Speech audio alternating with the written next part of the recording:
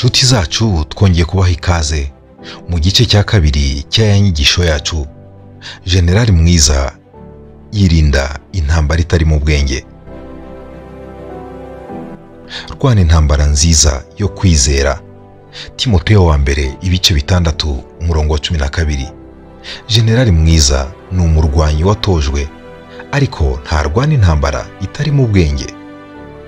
Bibiliya itwigisha kurwana intambara nziza. Ni ikintu cyiza kurwana intambara yo kwizera. Kurwana bivuze guhatana n'ingoga, urwanira ikintu, nyamara hari intambara zitari mu bwenge umuntu ashobora kwishoramo. Waba uri mu ntambara itari mu bwenge cyangwa intambara nziza?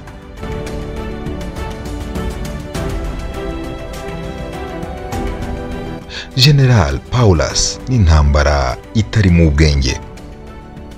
Mu mwaka w'1942, Adolf Hitler, umutegetsi w'Ubudage, yateye yinjira ku butaka bwa Leta Zunze Ubumwe z'Abasoviyete ku nshuro ya kabiri, maze agerageza gufata umujyi w'ingenzi witwa Stalingrad.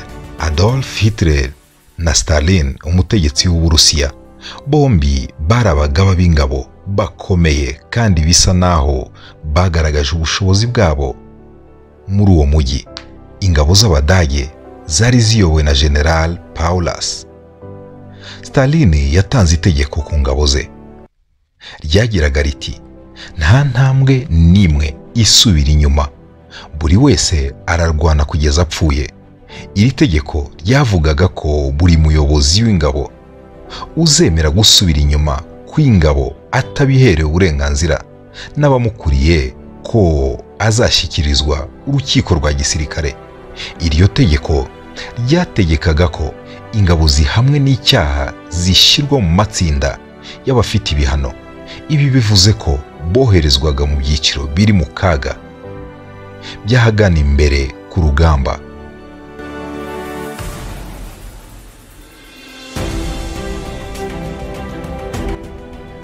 Iri tegeko kandi ryategekaga ingabo z'Abarusiya kurasa ingabo zashakaga gutoroka kandi zabaga zifite igihunga, zanasigaye inyuma. Yewe mu mezi 2 ya mbere yakurikiye itangwa ry'iri tegeko, ingabo zirenga 1000 zararashwe n'ingabo zo mu matsinda yagenzuraga bashaka gutoroka, n'izindi zirenga 130 zoherejwe mu matsinda y'abafite ibihano.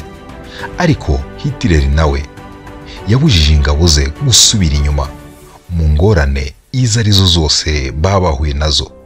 Kubera ibi, intambara yagiye iba mu muhanda ku wundi, inzu ku yindi, kugeza ubwo umujyi wahindutse umuyonga. Abadage bajyaga bagaba ibitero mu kirere bigizwe n'indege 1000 zigakoresherezwa rimwe. Ingabo zo ku mpande zombi zikingaga ku nzu zarashweho ibisasu, mu gihe abarashisha ibipimo b'Abarusiya n'Abadage bihishaga mu matongo kugira ngo barase ingabo z'umwanzi. Kuwa 24 Mutarama, General Paulus yasabye uburenganzira bwo guhagarika imirwano. Yohereje Adolf Hitler ubutumwa bugira buti: ingabo zidafite ibikoresho n'ibyo kurya kuyobora intambara bikwiriye ntibigishobotse. Inkomere 18,000, nta bikoresho dusigaranye, nta bipfuko, nta miti. Gukomeza kurwana byaba ari nta bushishozi burimo. Kubyirinda gutsindwa ntibishoboka. Ingabo zirasaba uburenganzira bw'aka kanya ngo buhagarike imirwano mu rwego rwo kurengera ubuzima bw'ingabo zisigaye. Hitler yanze gutanga uburenganzira ku guhagarika imirwano ku Budage, avuga ko bagomba gukomeza guhagarara bwuma kugeza hasigaye umuntu umwe. Uku kwanga ubusabe bwa General Paulus Adolf Hitler ko guhagarika imirwano kwari ibwiriza ryo kurwana intambara itari mu bushishozi cyangwa se ubwenge, ariko nta kindi general yagombaga kubikoraho. Nubwo Hitler yamuzamuye mu ntera akamuha ipeti rya Field Marshal, yanze gukomeza kurwanira mu itarimo ubushishozi cyangwa se ubwenge. Kuwa 31 Mutarama 1943 General Paulus yahagaritse imirwano atitaye ku mabwiriza ya Hitler yo gukomeza kurwana intambara itarimo ubushishozi cyangwa se ubwenge. Ubwo ingabo zirwanira ku butaka z'Abarusiya zegeraga ibirindiro by'ingabo z'Abadage, mu ndake yararimo ububiko bw'ishami rya gisirikare bwasenywe. Warakuriye ingabo Paulus n'ingabo zari zisigaye barasohotse, maze ntacyo bavuze, barambika intwaro hasi, bemera ko batsinzwe. Batesheje agaciro itegeko rya Hitler ryo kurwana intambara itarimo ubushishozi cyangwa se ubwenge. Kubw'ibyo intambara y'uwo mujyi yarangijwe no kwanga gukomeza kurwana intambara itarimo ubushishozi kwa General Paulus. Intambara yari idafite impamvu.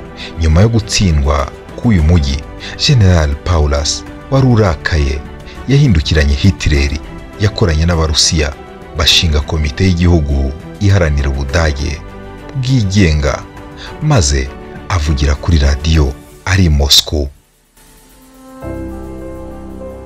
ashishikariza ingabo z'Abadage kureka gukomeza kurwanira Hitler. Intambara itarimo ubushishozi yanjye.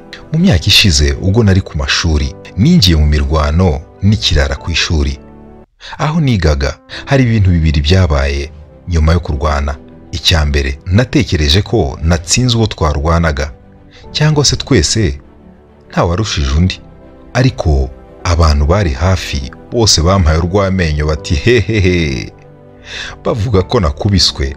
Icya kabiri, n'imbaraga zose nari nakoresheje ndwana nabikuye mu ijisho ryijimye.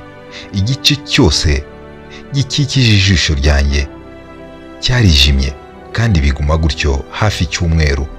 Nyuma y'uwo murwano naje gusanga nta shingiro nari mfite. Njya mu mirwano n'abantu badafite icyo bamaze, n'abari bashungereye badafite icyo bamaze, batigeze banyurwa n'ubuhanga bwanjye mu gutera amakofe no kurwana. Kuva ubwo nafashe umwanzuro wo kurwana intambara nziza, gusa zabaga zikwiriye kurwanwa. Nashoboraga kurwana kubera impamvu nziza gusa, ndetse n'ibintu byabaga bifite umusaruro mwiza.